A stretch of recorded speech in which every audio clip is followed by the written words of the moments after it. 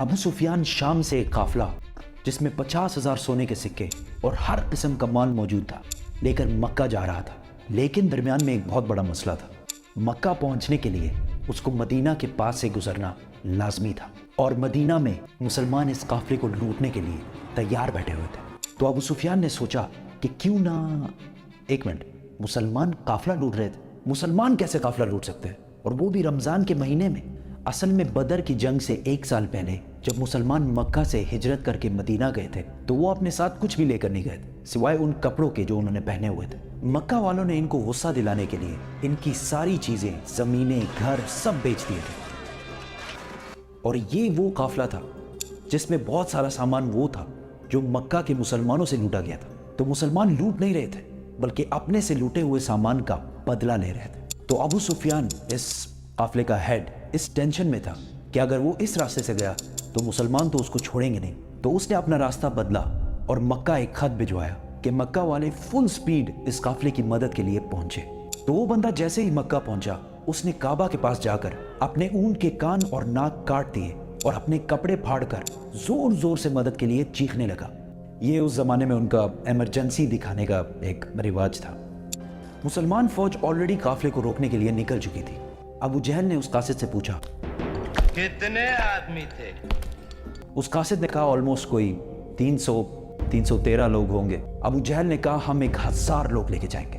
پھر اس نے پوچھا کتنے گھوڑے ہیں؟ تو اس بندے نے کہا آلموسٹ کوئی 2 گھوڑے ہوں گے۔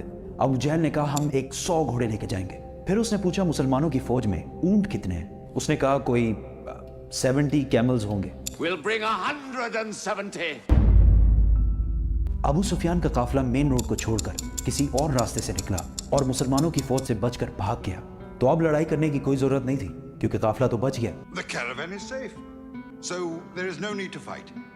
Not fight. لیکن ابو جہل نے کہا کہ اب اگر قافلہ بچ بھی جائے ہم ان مسلمانوں کو نہیں چھوڑیں گے، کیونکہ ایک ایک بندے کو مارنے کے لیے ہمارے پاس 3 لوگ موجود ہیں۔ We finish them tomorrow. محمد صلی اللہ علیہ وسلم نے اپنی فوج کو بدر کے پہلے کنویں کے پاس جا کر پڑاؤ ڈالنے کا حکم دیا۔ تو ایک صحابی نے آ کر پوچھا یا رسول اللہ، یہ جگہ آپ نے اللہ کے کہنے پہ چوز کی ہے یا مشورے سے؟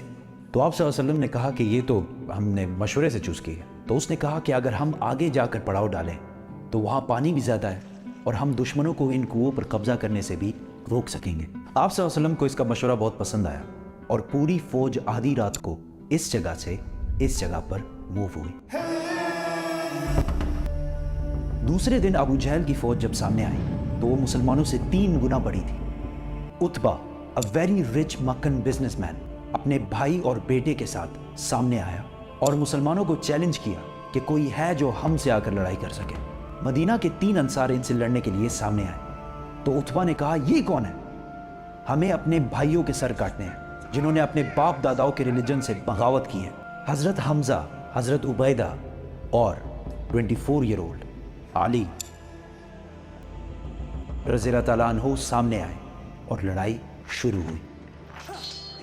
حضرت عبیدہ زخمی ہوئے لیکن عتبہ، اس کا بھائی اور اس کا بیٹا تینوں مارے گئے۔ عتبہ کا بیٹا حذیفہ جو کہ مسلمانوں کی فوج میں تھا، اس کے سامنے ہی اس کے باپ، بھائی اور چاچا کو مار دیا گیا، لیکن وہ مسلمانوں کی فوج میں ہی رہا۔ مسلمانوں کو پتا تھا کہ دشمن کے مقابلے میں ان کی فوج بہت چھوٹی ہے، تو انہوں نے ڈیفینسو اسٹریٹجی اختیار کی کہ یار ہم تو اپنی جگہ سے نہیں لیں گے، تم لوگ آ کے حملہ کرو۔ اسی کے ساتھ ابو جہل نے فل فلیج حملے کا حکم دیا کیونکہ اس کا خیال تھا کہ 2 منٹ کا کام ہے، بس ختم کر کے نکلتے ہیں یہاں سے، لیکن ایسا نہیں ہوا۔ آہستہ آہستہ ہر ایک مسلمان کے بدلے 5 کافر مرنے لگے۔ کافروں کی فوج پیچھے ہٹی اور ٹینشن میں پڑ گئی کہ یار یہ ہم ان سے 3 گنا زیادہ ہیں اور ہم ان کو ان کی جگہ سے بھی نہیں لا پا رہے۔ مین وائل مسلمانوں نے اپنی صفوں کو بدلا اور فریش لوگوں کو سامنے لا کر کھڑا کر دیا۔ ابو جہل نے دوبارہ فل فلیج حملے کا حکم دیا لیکن پھر وہی ہوا اور کافر فوج پیچھے ہٹنے لگی، لیکن اس بار مسلمانوں نے ان پر حملہ کر دیا اور کافروں کی فوج بدر کو چھوڑ کر ہر طرف بھاگنے لگی۔ ابو جہل مارا گیا۔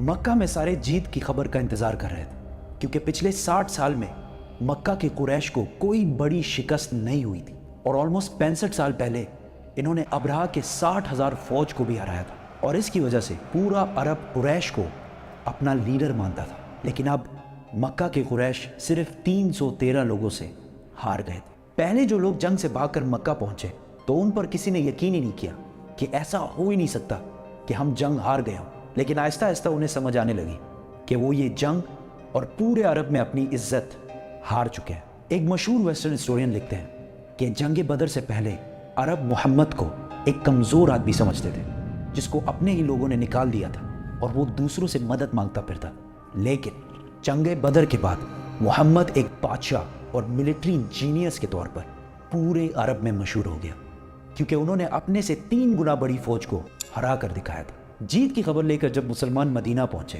تو ہر طرف خوشی اور سیلیبریشن چل رہے تھے۔ جیسے ہی رسول اللہ صلی اللہ علیہ وسلم اپنے گھر میں داخل ہوئے تو ان کو پتہ چلا کہ ان کی بہت ہی پیاری بیٹی رقیہ، جس سے وہ بہت پیار کرتے ہیں، کچھ ہی دن پہلے فوت ہو چکی ہے۔ اس بات سے رسول اللہ صلی اللہ علیہ وسلم کو بہت دکھ ہوا، لیکن مسلمانوں کی خوشی اور سیلیبریشنز جاری رکھنے کے لیے انہوں نے اپنے غم کا ذکر کسی سے بھی نہیں کیا، اور یہ سیلیبریشن زیادہ دیر چل بھی نہیں سکتی تھی، کیونکہ اس بار ابو سفیان نے پورے عرب سے 3000 کی فوج جمع کر کے مسلمانوں سے بدلہ لینے کی تیاری شروع کر دی تھی۔ They are gathering.